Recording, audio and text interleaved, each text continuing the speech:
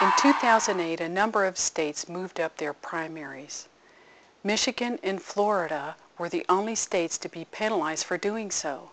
The DNC told Michigan and Florida that if they moved their primaries up, they would lose their delegates. This created chaos. None of the three candidates, Obama, Clinton, or Edwards, campaigned in Florida, although Obama did run a few ads. All three candidates were on the Florida ballot, and 1.75 million voters participated in the election. Clinton overwhelmingly won. In Michigan, it was essentially the same, except that Obama and Edwards removed their names from the ballot. Clinton's name was on the ballot, and all other votes cast were for undecided. Clinton won Michigan. As the primaries marched on, Edwards dropped out of the race. The race was becoming closer and closer between Obama and Clinton. Clinton wanted the Michigan and Florida votes to count, and Obama didn't seem to have an opinion about it. She's intent on fighting for the rights of Florida and Michigan voters, saying today that she will take that fight all the way to the Democratic Convention in August if the voters want her to.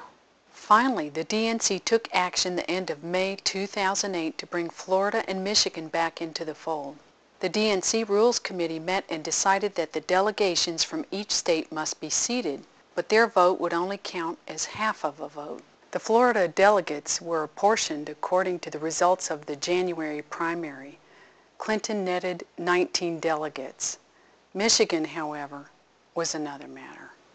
Although Clinton was the only candidate on the ballot, the DNC voted to give Obama all of the undecided delegates in Michigan, plus 4 of Clinton's delegates. These delegates were taken from Clinton and given to Obama based on exit polling that supposedly showed some people would have voted for Obama instead of Clinton if he had been on the ballot. Clinton supporters were outraged. One person at the meeting went as far as accusing the committee of hijacking Clinton delegates.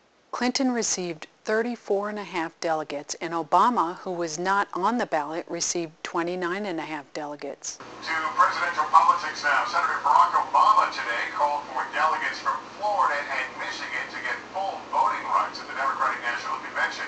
Those delegates had been the focus of a fierce fight between Obama and Hillary Clinton. Our next question is regarding the popular vote. I don't understand the popular vote. I do understand that Clinton won the popular vote, but she's not the presumptive nominee. How is that possible? Nearly every media outlet and political commentator has a different total for the delegate count as well as the popular vote. Clinton does claim that she won the popular vote by 300,000 votes and that she is only 130 delegates behind Obama. No one disagrees with Clinton's delegates, but the media and the DNC are adding the superdelegate endorsements as if they are votes now. Critics charge that Clinton is being selective about what she counts for the popular vote. Clinton usually omits caucuses when talking about the popular vote. She does count the territories that vote in the primaries, but not in the general election. Many people think that this is fair since caucuses generally don't keep accurate tallies for number of participants. Caucuses are different from primaries. Each caucus state has its own rules. Caucuses last several hours and are public events. Each person has to declare publicly for their candidate and then resist being influenced by supporters of opposing candidates. Generally speaking, it is more difficult for senior citizens and working class people to attend the caucuses because of the time involved. The turnout is usually much smaller than it is for a primary, but the caucuses are given the same standing as a primary.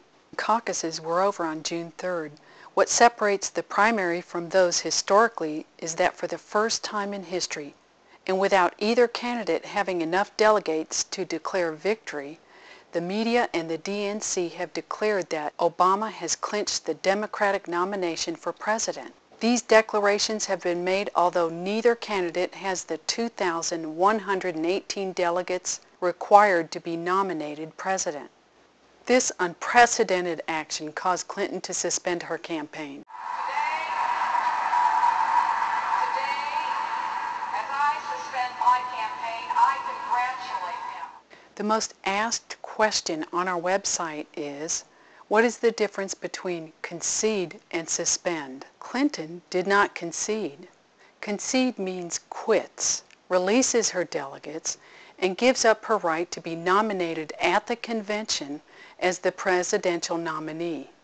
Clinton only suspended her campaign.